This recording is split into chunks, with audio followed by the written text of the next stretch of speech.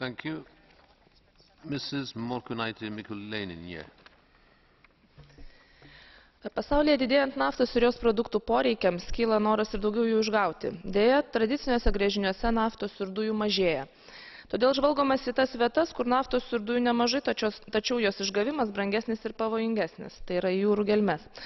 Katastrofa Meksikos įlankoje praėjusiais metais parodė, kad planuojant, eksploatuojant ir uždarant tokius gręžinius reikia ypatingo atsargumo.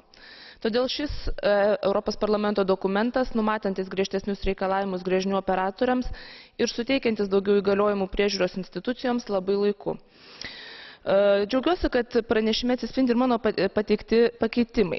Ir reikia tikrai atkreipti dėmesį į keletą aspektų. Pirma, tarša negalioja valstybių sienos. Todėl svarbu, kad nemažiau griežti reikalavimai būtų taikomi ir trečiosiose valstybėse vykdomiems projektams, ypač ES kaiminystėje, ir trečiosiose šalyse registruotoms įmonėms. Su trečiosiomis šalimis turime pasiekti ir susitarimą dėl žalos aplinkai atlyginimo įvykus avarijai tų trečiųjų šalių jurisdikcijoje. Antra, pavojus aplinkai kyla ne tik išgaunant resursus, bet ir juos transportuojant bei eksploatuojant transportavimo infrastruktūrą, ar tai būtų tanklaiviai ar vamzdynai. Dėkui. Thank you. Mr. Pirillo.